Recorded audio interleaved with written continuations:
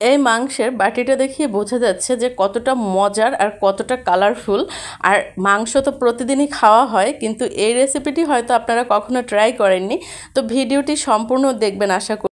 এরকমের একটা মাংস হলে কিন্তু বাচ্চারা খুব খুশি হয়ে যায়। আর এই মাংসটা কিন্তু ঝাল কম, মশলা কম, যার কারণে স্বাদও কিন্তু একটু ভিন্ন।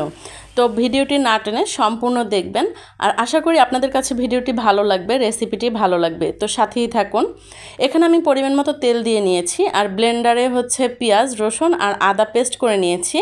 নিয়ে সেটা তেলের মধ্যে দিয়ে একটু নেড়েচেড়ে ভালো করে কষিয়ে নিব। এই মাংসটা কিন্তু আপনারা নান রুটি, রুটি বা চালের রুটি, পরাটা সব কিছুর সাথে ভালো লাগে। এই মাংসটা হচ্ছে একবারে সাদামাটা একটা মাংস রেসিপি, কিন্তু খেতে অসাধারণ। আর বাচ্চারা খুবই পছন্দ করে। আর এখানে হচ্ছে আমি দিয়ে দিয়েছি হলুদের গুঁড়া, মরিচের গুঁড়া, আর দিয়ে দিচ্ছি হচ্ছে পরিমাণ মতো লবণ।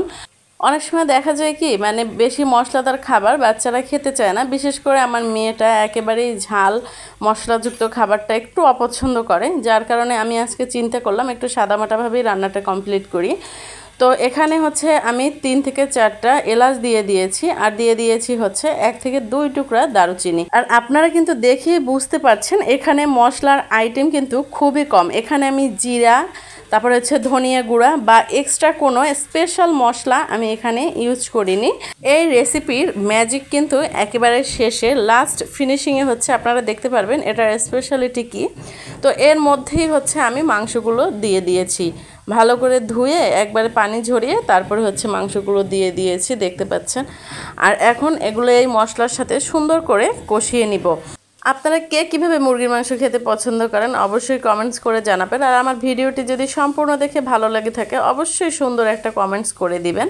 এই মাংসটা রান্নার কিন্তু একটা সিক্রেট আছে, সেটা একবারে শেষে বলবো আমি, সাথে থাকবেন। তো এই যে দেখতে পাচ্ছেন সুন্দর করে আস্তে আস্তে করে নেড়ে চেড়ে নিচ্ছি। আর এর মধ্যেই কিন্তু আমি আলুটা দিয়ে দিচ্ছি। আলুটা কিন্তু কষানোর পরে দিচ্ছি না, এখনই দিয়ে দিচ্ছি।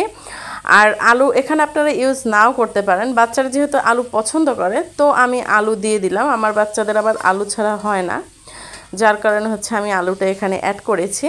তো আলু দিয়ে এখন ভালো করে এই যে নেড়ে চেড়ে নিয়েছি।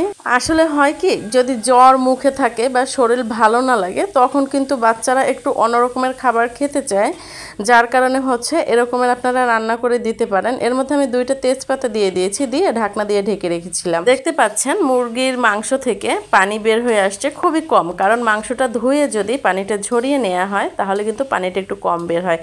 এই রেসিপির স্পেশালিটি হচ্ছে এখানে হাফ কাপ গরম পানি দিয়ে 2 থেকে 3 বার হাফ কাপ পানি দিয়ে এখানে হচ্ছে আমি কষিয়ে নিয়েছি। কষাতে কষাতে একটা ঝোল তৈরি হয়ে গেছে, খুব সুন্দর গ্রেভি, দেখেই বুঝতে পারছেন। তো আমার কিন্তু রান্না কমপ্লিট হয়ে গেছে, আমি তুলে নিয়েছি।